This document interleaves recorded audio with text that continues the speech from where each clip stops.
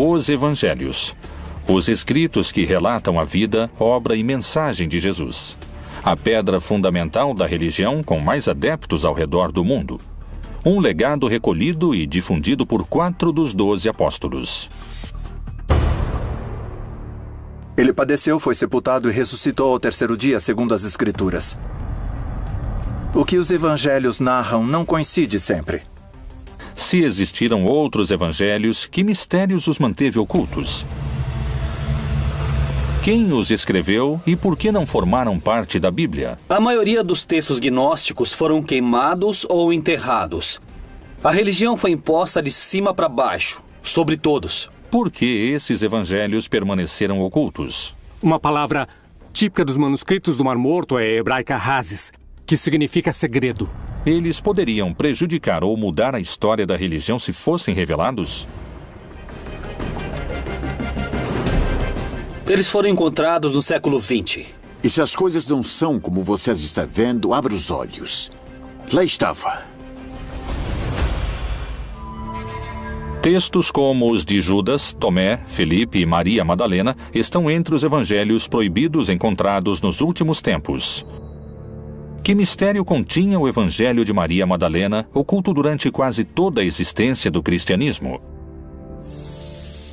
A única que Jesus reconhecia como seu par, sua igual, como mestre espiritual, era uma mulher chamada Maria Madalena. Que princípios básicos do cristianismo o Evangelho de Tomé questiona fortemente? As mulheres não podem entrar, nem receber, nem entender o reino de Deus até que se tornem homens. Que segredo revela o evangelho escrito por Judas Iscariotes? Aqui eles retratam Judas como um grande traidor. Jesus pediu a Judas que o entregasse. A história de um segredo de quase 2 milênios. Seria o maior escândalo de censura de toda a história? Como e quanto as crenças judaico-cristãs teriam se modificado se esses textos tivessem formado parte da Bíblia? Os Evangelhos Proibidos.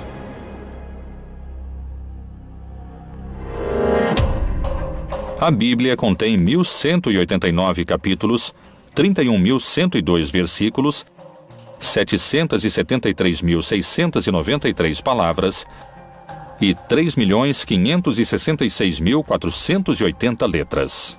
Não admite nenhuma a mais e nenhuma a menos.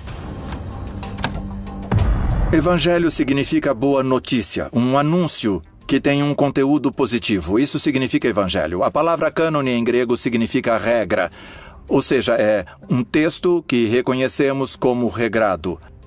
E a igreja identifica nele uma determinada realidade.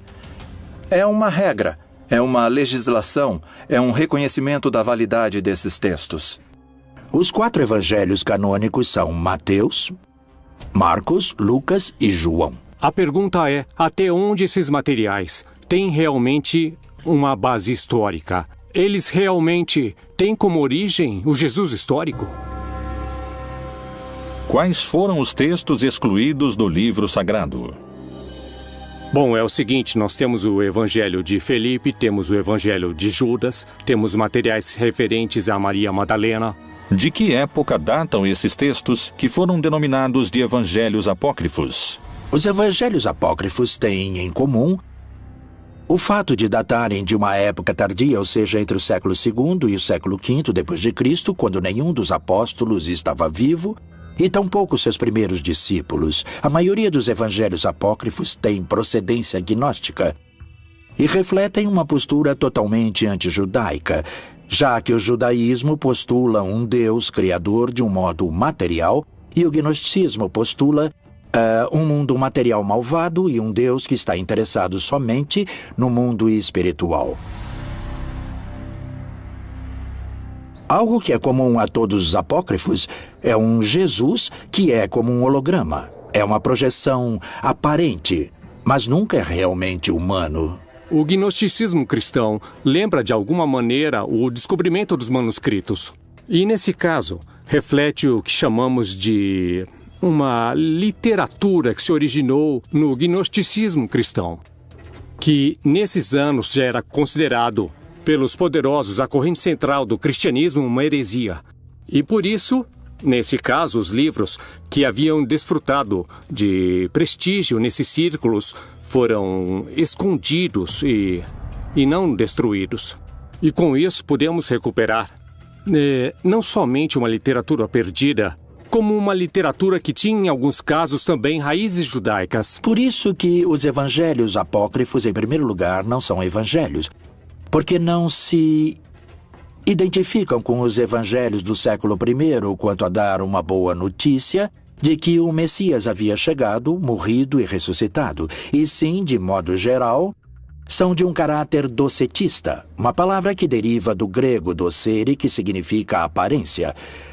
Para os gnósticos cristãos dos evangelhos apócrifos, Jesus aparecia como humano, mas não era verdadeiramente humano, porque sendo um espírito muito elevado, não podia realmente ter se rebaixado e se convertido em matéria. Uma vez que o cristianismo se tornou a religião oficial do império e que os bispos cristãos declararam heréticos certos textos e penalizaram sua posse, iniciou-se o processo de perseguição muito intenso contra todos os evangelistas gnósticos, contra todos os gnósticos valentinianos, e a posse de textos evangélicos foi considerada um delito grave. Os evangelhos teriam sido silenciados por uma luta de poder no seio do cristianismo? Em 1947, pastores beduínos encontraram cerca de 800 fragmentos de manuscritos do Mar Morto que datam de cerca de 2000 anos em cavernas no deserto da Judéia. Que segredos misteriosos revelam os textos encontrados? Os textos do Mar Morto são manuscritos judaicos antigos, achados entre 1946, 47 e 1956. E são documentos, em sua maioria, escritos em couro de animais e uma minoria, 20%, em papiro. A maioria escritos em hebraico e também uma minoria em aramaico e em grego. Nos primeiros séculos do cristianismo, desenvolveu-se um silencioso combate.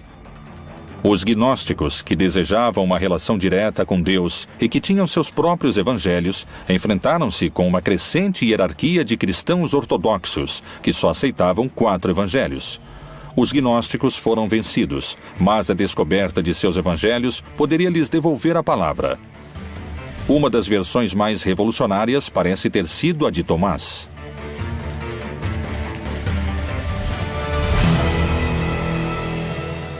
Há um escrito que alguns chamaram de Quinto Evangelho, que é o Evangelho de Tomé. Na verdade, nós o conhecemos pela tradução em copta, que foi achada na região do Egito, onde, por certo, muitos dos gnósticos cristãos foram viver. Há uma biblioteca descoberta perto das cataratas do Nilo, que se chama Nag Hammadi, e onde foi descoberta uma quantidade maravilhosa de textos antigos, muitos deles, precisamente, de origem gnóstica. Depois disse a Tomé: põe aqui o teu dedo e vê as minhas mãos, e chega a tua mão e põe-na no meu lado. E não sejas incrédulo, mas crente. Disse-lhe Jesus: porque me viste, Tomé, creste. Bem-aventurados os que não viram e creram. Tomé duvidou da ressurreição, tanto nos textos apócrifos como nos textos canônicos. É muito peculiar, porque o Evangelho de Tomé não fala de quem era Jesus, nem que nasceu de uma virgem, não menciona Maria, nem seu pai, nem seus irmãos, nem a vida de Jesus, nem como morreu. Só fala dos dizeres de Jesus. É uma coleção de 117 dizeres de Jesus. Grande parte dos dizeres de Jesus não aparecem em nenhuma outra parte do Novo Testamento. E fala de um Jesus muito místico, muito espiritual, e que o reino dos céus está dentro de cada pessoa. E que se você desenvolver o reino dos céus através do amor, do altruísmo, não julgar, perdoar, etc., o reino dos céus cresce dentro de você. O reino está dentro de vós e também está em vosso exterior. Quando conseguirdes conhecer a vós mesmos, então sereis conhecidos e compreendereis que sois filhos do Pai vivo. Há quem diga que se os textos tivessem ficado dentro da Bíblia, seria um contra-argumento do cristianismo institucionalizado. Por exemplo, um texto de Lucas, em que Jesus diz: o reino dos céus está. Em grego escreveram messos, vocês. Messos pode ser traduzido como dentro ou entre. E Tomé vai dizer que Jesus disse dentro de vocês. O reino dos céus está dentro de cada um. Qual seria a mudança fundamental que poderia provocar a tradução segundo o texto de Tomé?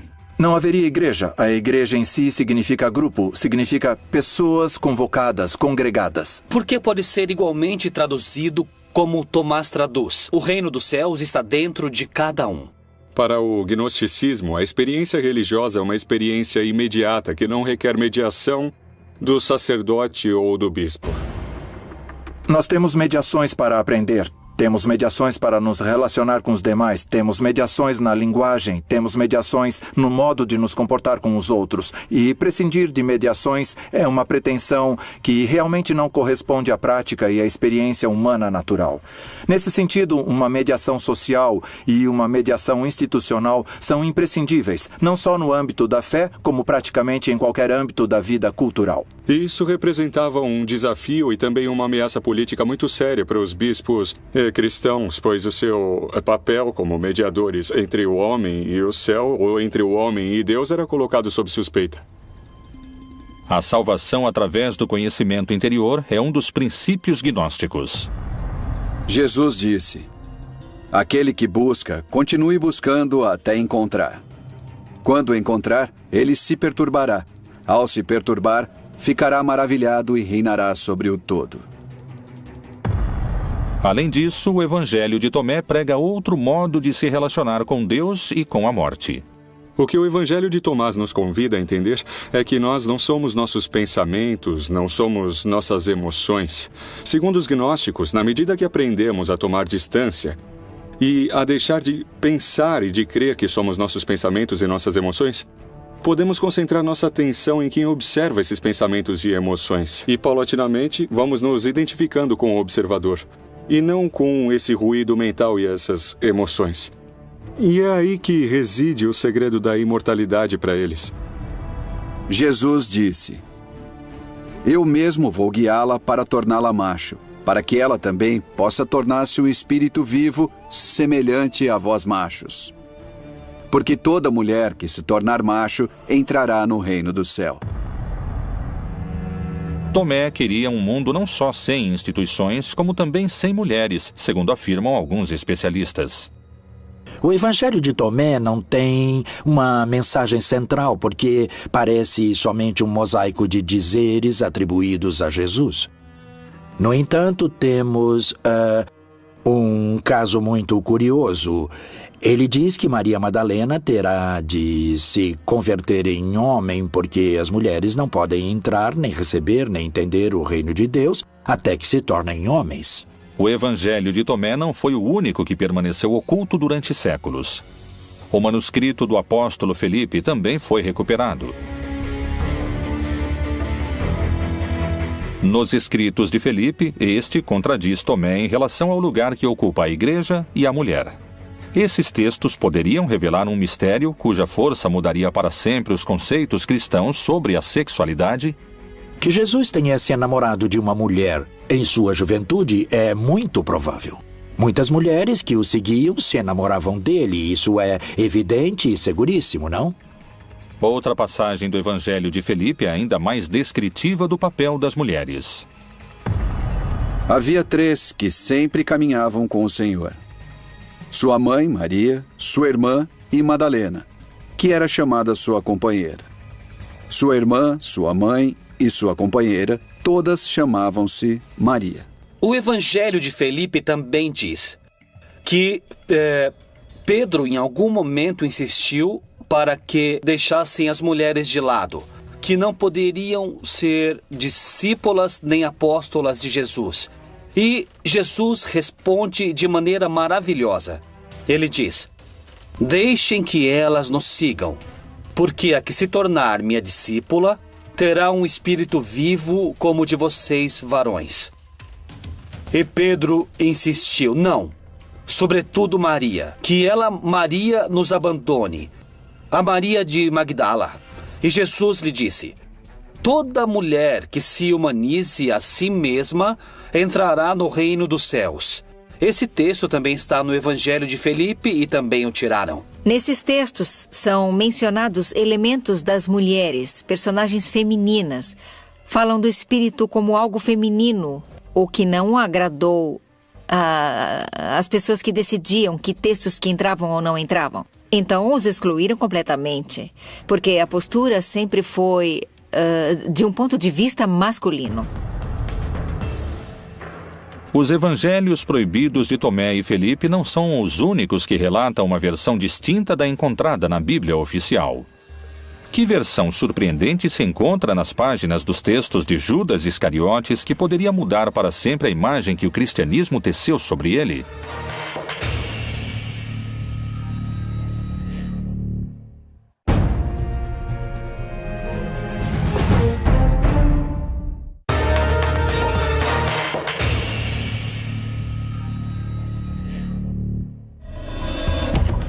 Niceia, ano de 1978. Um grupo de camponeses realizam suas tarefas habituais quando encontram numa caverna alguns papiros que poderiam mudar para sempre o conceito de um dos homens mais repudiados da história.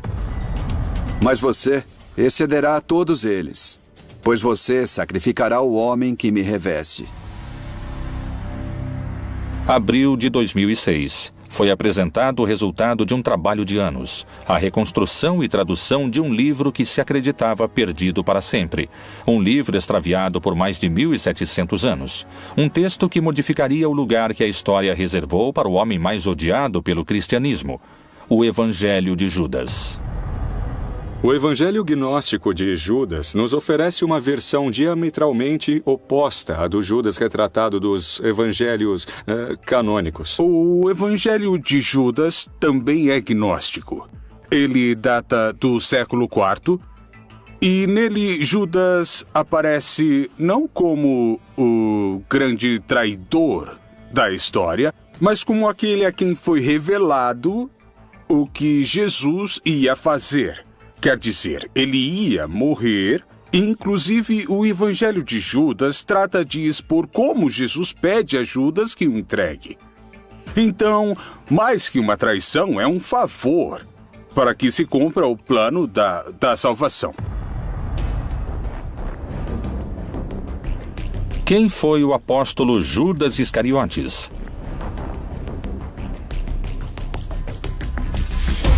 Segundo os evangelhos canônicos, foi o traidor que revelou o lugar onde poderiam capturar seu mestre, tal como havia anunciado o próprio Jesus durante a última ceia. E comendo com eles, disse: em verdade vos digo que um de vós me há de trair. Judas Iscariotes tinha combinado com as autoridades que o entregaria. Jesus havia celebrado a última ceia, havia ceado com seus discípulos, uma celebração em contexto pascal. Havia ido a um horto e lá foi aprisionado. Essa é a versão oficial dos fatos, segundo os livros que compõem a Bíblia. Mas o que diz o Evangelho de Judas? Que interpretação oferecem os especialistas sobre esses textos que permaneceram ocultos por 2000 anos? No caso do Evangelho de Judas, este ajudou Jesus a cumprir seu objetivo, que é, no caso do gnosticismo, livrar-se da sua corporalidade. Judas, que é o grande traidor, que vende Jesus por 30 moedas, no caso desse evangelho, aparece realmente como um herói. O Jesus retratado no Evangelho Gnóstico de Judas é um Jesus burlão. Um Jesus sarcástico que zomba da ignorância de seus discípulos e que abertamente prefere Judas e faz de Judas seu apóstolo predileto, porque diz que Judas é o único que entende que Jesus não é uma pessoa, não é somente um corpo. Jesus não é uma encarnação de Deus na Terra e tampouco é um ser humano. É um estado de consciência que qualquer pessoa pode alcançar. Qual foi então o papel de Judas segundo esses textos? O texto de Judas é o texto de uma comunidade que quer retomar esse personagem, quer reivindicar esse personagem de alguma maneira e o coloca dentro de todo um plano que Deus tinha para a morte de Jesus. Nem mais nem menos. Ele abre a porta para que Jesus consiga se desfazer de seu corpo. Algo desagradável e que não está incluído na doutrina gnóstica e que coloca Judas em primeiro lugar, enquanto que na doutrina cristã genérica ou geral, Judas é menosprezado, é um ser cobiçoso, um ser vil, que é imediatamente enviado para o inferno. Judas não dá nenhuma importância, nem tampouco Jesus, à crucificação, porque Cristo não se identifica nem com o seu corpo, nem com a sua mente, nem com suas emoções. Segundo esse evangelho, é o próprio Jesus que confere a Judas o lugar que ocupará na história. Afaste-se dos outros e eu lhe contarei os mistérios do reino. É possível você alcançá-lo, mas você sofrerá muito. Por que as passagens são tão contraditórias? Pode ser simplesmente a interpretação dos textos? A entrega de Jesus aos romanos foi um ato heróico ou foi um ato que ia de encontro à própria vontade de Judas? A relação entre Judas e Jesus é uma relação de melhores amigos. De fato, Judas se nega a fazer o que Jesus lhe pede, ou seja, denunciá-lo, acusá-lo. São muitas as versões que existem em torno de Judas. Mas o que dizem os textos censurados e escondidos do seu próprio evangelho? Mas você cederá a todos eles, pois você sacrificará o homem que me reveste. Mas além da revelação do papel heróico de Judas na história, esse evangelho também coloca em primeiro plano a luta entre os gnósticos e a igreja. No evangelho de Judas, a crucificação também é um símbolo. E, portanto, a cruz é um símbolo místico que representa, por um lado, o princípio ativo masculino, representado no eixo vertical da cruz, e o princípio feminino masculino, representado pelo corte transversal horizontal que forma a cruz. A crucificação representa a possibilidade de se libertar, de se afastar desses dois princípios que fazem parte da natureza de cada pessoa. Então, mais que uma traição, é um favor para que se cumpra o plano da salvação. O evangelho de Judas o descreve não como um traidor, mas sim como um herói fundamental para cumprir o plano de Deus. Algo semelhante ocorre nos textos de Maria Madalena, que, longe de apresentá-la como uma pecadora, mostra-a como a discípula eleita, que daria continuidade ao projeto de Jesus.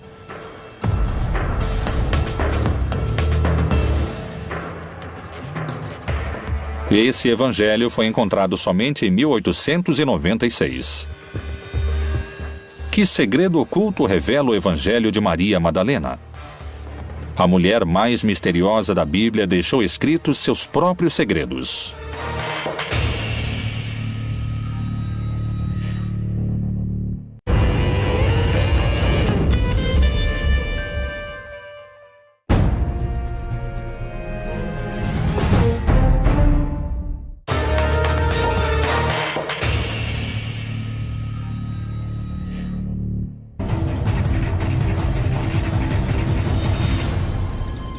Os evangelhos gnósticos apresentam diferenças fundamentais em relação aos chamados canônicos, como os de Tomé, Filipe e Judas.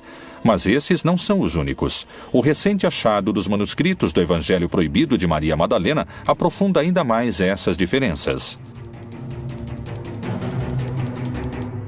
A história de Maria Madalena está cheia de mistério e controvérsias. Sua história e seu papel ao lado de Jesus é motivo de debate. O achado dos evangelhos de Maria Madalena lança quanta luz sobre a construção feita em torno de sua figura. Maria Madalena, nos evangelhos canônicos, desaparece. A figura principal, isso afastando-nos dos gnósticos, a figura principal dos evangelhos, que descobre que Jesus não está na tumba é Maria Madalena. Os outros duvidaram até o final. Nos textos gnósticos, quando Maria Madalena é a discípula preferida de Jesus, ela é a mulher muito próxima de Jesus, que a amava intensamente. Ela andou com ele junto com os discípulos desde que Jesus pregava na Galileia. Ou seja, Maria estava acostumada com um trato cotidiano e direto com Jesus. Quais são as palavras do Evangelho de Maria Madalena que ordena segui-la ao invés dos discípulos? Será que ele realmente conversou em particular com uma mulher e não abertamente conosco? Devemos mudar de opinião e ouvirmos a ela? Ele a preferiu a nós? O texto concreto de Maria Madalena é do século II, não chega ao século III. Jesus de Nazaré beija Maria Madalena na boca, indicando que ela é alguém diferente e que está acima dos demais apóstolos. Maria Madalena é uma de suas eleitas. A pessoa com quem Jesus, desde outro mundo, não sabemos, desde algum ldo, decide se contactar não são os outros 12 apóstolos, muitos dos quais escreveram a Bíblia, mas sim com uma mulher prostituta que se chama Maria Madalena, que é quem dá a boa nova. Não? Coisa curiosa, como era diferente Jesus, não, em relação a todo o resto da Bíblia. É para ela que Jesus aparece pela primeira vez. Por isso, ela recebeu o título ou nome de Apóstola dos Apóstolos. Por que Jesus escolheu se apresentar a Maria quando ressuscitou e não aos seus 12 discípulos? De que modo a Bíblia oficial relata esse encontro? Maria Madalena foi e anunciou aos discípulos que vira o Senhor e que ele lhe dissera isto. Quando Madalena disse que tinha visto Jesus, nessa hora Pedro zomba dela, diz: aquela mulher viu Jesus, mas que era apenas na sua imaginação. Então, inclusive, ele é repreendido por Levi por sua atitude que diz: Pedro, você sempre com esse seu mau gênio. Não trate a Madalena assim, eu não creio que essa mulher minta. Nos 4 evangelhos que temos no texto bíblico, ela não é muito comentada, essa figura se perde. Mas temos outros documentos que ela é considerada e que falam do ministério que ela exercia.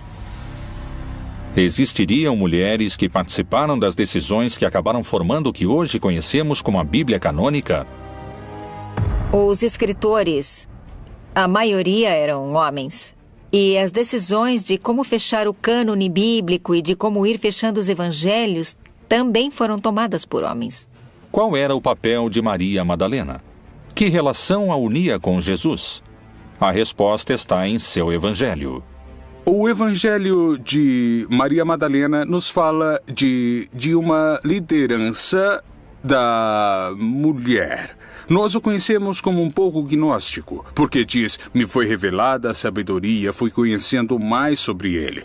Então, no final das contas, o texto fala da vida de Jesus, aparentemente do ponto de vista de Maria Madalena, mas da forma como ela foi adquirindo conhecimento para chegar ao nível de Jesus. Por isso reconhecemos que é gnóstico. Esse evangelho relata um encontro único entre Jesus e Maria Madalena. É o momento em que o Salvador lhe revela um segredo que não conta aos outros apóstolos. Nos outros 4 evangelhos, a vida depois da morte é descrita como um paraíso de felicidade. Mas é diferente no Evangelho de Maria Madalena. No Evangelho de Maria Madalena, o que parece querer nos dizer é que no processo da morte, o que existe é uma decomposição. O que existe é uma dispersão das nossas emoções, de nossos pensamentos, uma ruptura de identidade. Esses são os demônios que Maria Madalena enfrenta. Mas, por outro lado, o que perdura é a atenção, a consciência, que é o contrário do pensamento. O pensamento passa o tempo se lançando para o futuro ou olhando o passado, mas raras vezes o pensamento está no presente, no agora. A consciência é a atenção, é a observação do que está ocorrendo agora. É por isso que os gnósticos pensam que podem sobreviver ao processo da morte. É depois da morte e ressurreição de Jesus que o Evangelho de Maria Madalena revela sua liderança em relação aos apóstolos. Maria Madalena se levantou, cumprimentou a todos e disse a seus irmãos: Não vos lamentais nem sofrais. Antes, louvemos sua grandeza, pois ele nos preparou e nos fez homens.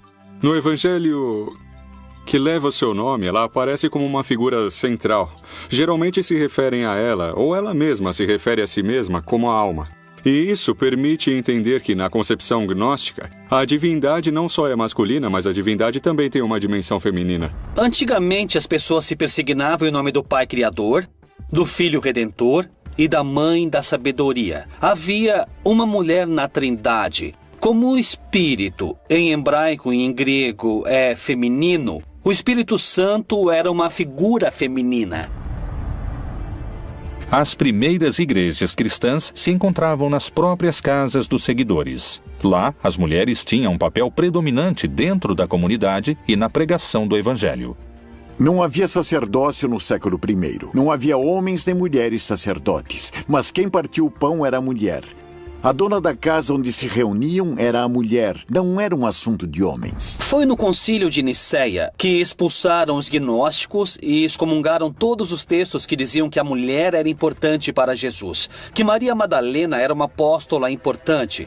E sobretudo no concílio de Constantinopla, no ano 380, excomungaram quem acreditava que havia uma feminilidade em Deus. Jesus trata de maneira semelhante os homens e as mulheres e os convoca para seu grupo. O grupo de Jesus é uma nova maneira de estar na Terra. As mulheres comem diante dos homens quando nessa cultura não podem. Só diante de seus maridos elas podem se descobrir para comer. Bom, se a Igreja Católica Romana tivesse aceitado mulheres sacerdotes, teria se aproximado mais das pessoas. Jesus caminhou com mulheres e homens. A Igreja não aceita isso. Considera apenas o homem. Não quer ver o que Jesus deixou.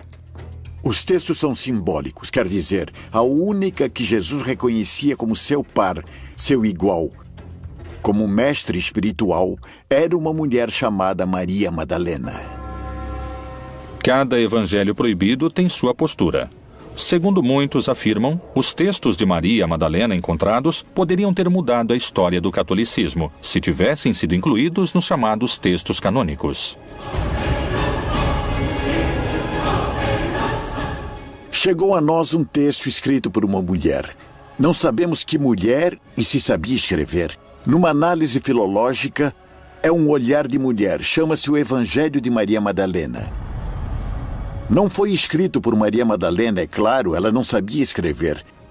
Mas há aí uma mulher. Então, obviamente, hoje seria outra visão do assunto se as mulheres tivessem sabido escrever e tivessem transmitido sua mensagem como discípulas de Jesus.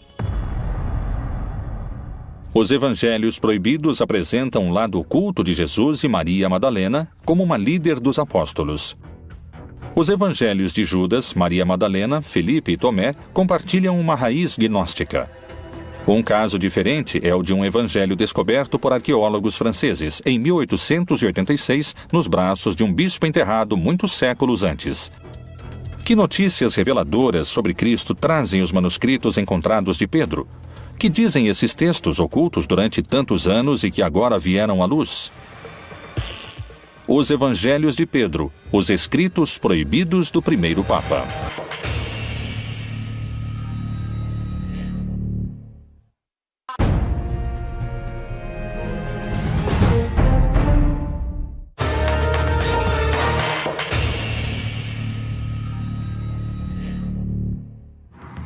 Alto Egito, século VIII. Um monge faz seu último pedido, ser enterrado com o livro que protegeu durante toda a sua vida. Inverno de 1886. Seção cristã de um cemitério no Alto Egito. Um grupo de arqueólogos franceses procuram peças e encontram o caixão que encerra o monge. Abrem-no e encontram em seus braços um antigo livro, e com ele a confirmação de uma suspeita. O Evangelho de Pedro existe. Durante mais de 1500 anos, a cristandade havia conhecido Cristo através das palavras de Mateus, Marcos, Lucas e João. Agora emergia outra verdade. É um evangelho que tem muitas diferenças com o que dizem de Pedro nos 4 evangelhos canônicos e especialmente em relação ao episódio da ressurreição. O que diferencia o Evangelho de Pedro dos evangelhos oficiais? O relato da ressurreição de Jesus está reconstruída, está ampliada, está aumentada, tem mais fantasia, e Pedro tem um papel maior, envolve muito mais os grupos judeus, como que se arrependendo de não haver aceitado Jesus em seu momento. No Evangelho de Pedro, diferentemente do resto dos evangelhos, ele narra e descreve detalhadamente o episódio da ressurreição. Creio em um só Deus, Pai Todo-Poderoso, Criador do céu e da terra, e de tudo que é visível e invisível. E por causa disso foi crucificado nos tempos de Pôncio Pilatos, padeceu e foi sepultado e ressuscitou ao terceiro dia, segundo as Escrituras.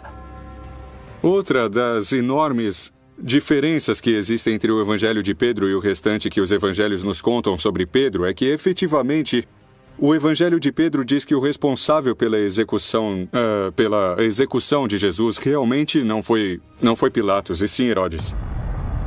Além disso, Pedro relata o momento da ressurreição em que o centurião e seus companheiros de guarda se apressaram a visitar Pilatos à noite, abandonando o sepulcro para lhe contar sobre a ressurreição. Depois, todos se aproximaram, pedindo e suplicando que ordenasse ao centurião e aos soldados não contar a ninguém o que tinham visto. Para nós, diziam, é melhor sermos culpados de gravíssimo pecado diante de Deus do que cairmos nas mãos do povo judeu e sermos lapidados. Pilatos, então, ordenou ao centurião e aos soldados que nada dissessem. Se não tivessem realmente mantido o silêncio quanto à ressurreição de Jesus, suponho que tivesse acontecido o mesmo. Mas o que é muito importante ver é por que os evangelhos canônicos enfatizam tanto que a ressurreição foi uma ressurreição carnal. Por que importa tanto ao cristianismo canônico enfatizar a carnalidade da ressurreição, enquanto que para o gnosticismo a ressurreição de Jesus é algo que se apercebe e se percebe de maneira interna, de maneira espiritual. Essa é a grande diferença que existe entre o Evangelho de Pedro e os evangelhos oficiais. Quem realmente presenciou a ressurreição de Jesus? O resto do texto é muito semelhante aos relatos dos 4 apóstolos incluídos na Bíblia. Tal semelhança desperta algumas suspeitas. Quando foram escritos uns e outros? Quem narrou antes o milagre da ressurreição? Realmente não sabemos quem escreveu os evangelhos no Novo Testamento, nem sabemos quem escreveu esses outros evangelhos. Mas provavelmente foram escritos a partir de coisas que foram transmitidas oralmente. Podem ter sido escritos no final do século I, como o Evangelho de João no Novo Testamento, ou durante o século II. Todos escreveram a partir das histórias contadas pelos seguidores anteriores à época de Jesus. Quando comparamos os evangelhos, em muitos casos a mesma informação aparece em contextos literários diferentes. O que prova que já existia, de alguma maneira, uma flexibilidade na transmissão da tradição no cristianismo antigo, que conheciam as frases, mas nem sempre sabiam em que contexto haviam sido ditas. E por isso, há cristianismos diferentes. Haviam reconstruído esses contextos diferentes. E os evangelhos são a prova de que essas informações parecem ter funcionado, ter sido transmitidas de uma maneira independente, sem o contexto histórico narrativo original. Então, os 4 evangelhos canônicos correspondem às autorias de Lucas, Marcos, Mateus e João? À medida que transcorreu o tempo desde a morte e o desaparecimento de Jesus, os textos perderam cada vez mais valor, quer dizer, perderam valor mais de uma vez. Se está escrevendo um texto 4 séculos depois da morte de Jesus, que parte desse escrito é verdadeiro? De onde saíram esses ensinamentos? E mais, voltemos aos evangelhos canônicos que estão na Bíblia. Não são de Lucas, não são de João, não são de Mateus nem de Marcos. Os evangelhos revelam a vida de Jesus Cristo. Durante centenas de anos, os cristãos só contaram com a versão de Lucas, Mateus, Marcos e João. Que mistérios guardavam os evangelhos proibidos que foram apagados da face da terra?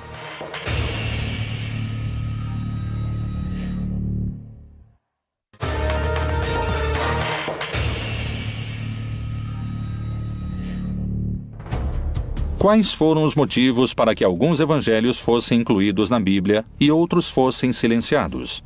As hierarquias eclesiásticas teriam sobrevivido se sua mensagem tivesse sido propagada? Quem foram e o que diziam os profetas que foram calados durante séculos? No ano de 312, Constantino, um imperador criado no paganismo romano, um homem que acreditava em muitos deuses, teve uma revelação antes de uma batalha.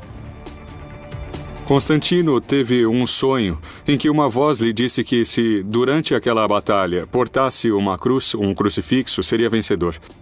E diz a lenda que foi assim. Na batalha da Ponte Milvia, derrotou Maxêncio, conseguiu unificar um império que estava dividido numa tetrarquia e depois se fez batizar e se converteu no primeiro imperador romano cristão. Isso foi muito significativo e muito relevante para o processo de consolidação política do cristianismo. A partir do triunfo de Constantino, a religião católica mudaria para sempre com o Concílio de Nicéia. Esse concílio ordenou o imperador Constantino para tornar o cristianismo uma religião imperial. E porque havia vários cristianismos. Havia o cristianismo monofisista, havia o cristianismo que chamaríamos depois de católico, havia os cristãos gnósticos, havia muitos cristianismos. Para unificá-los, Constantino ordenou que os bispos de todos esses cristianismos se reunissem no ano de 325 na cidade de Nicéia, para escolher quais narrações e relatos da vida e da obra de Jesus eram reais e seriam revelados e quais não. Evidentemente, houve um interesse político de Constantino de unir em um mesmo texto, um texto grande, os escritos mais representativos das comunidades cristãs de maior valor em número ou prestígio do Mediterrâneo. Os evangelhos que aparecem na Bíblia apresentam graves erros históricos e geográficos que uma leitura precisa começa a revelar.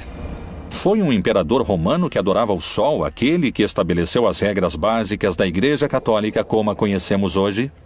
Constantino governou a partir do ano 313, ou seja, no século IV. No século IV já estava decidido, já era um fato histórico os livros que os crentes consideravam inspirados. E mais, algumas das perseguições imperiais contra os cristãos exigiam que as pessoas entregassem os livros sagrados, caso contrário, eram mortas. Muitos cristãos se dispuseram a morrer na fogueira porque não entregaram os livros sagrados, e isso foi antes de Constantino. Os gnósticos perderam sua primeira batalha, mas essa não seria a última e nem a pior de suas derrotas. Qualquer livro do cristianismo que foi separado dessa lista, considerada sagrada por ordem do imperador Constantino, ficou de fora, se tornou apócrifo. Qualquer seguidor desses textos, dessas crenças, a partir desse momento, foi considerado herege, que significa aquele que pensa diferente. Para muitos especialistas, os evangelhos proibidos constituíram um campo de batalha em que se travou a guerra entre os gnósticos e a hierarquia eclesiástica.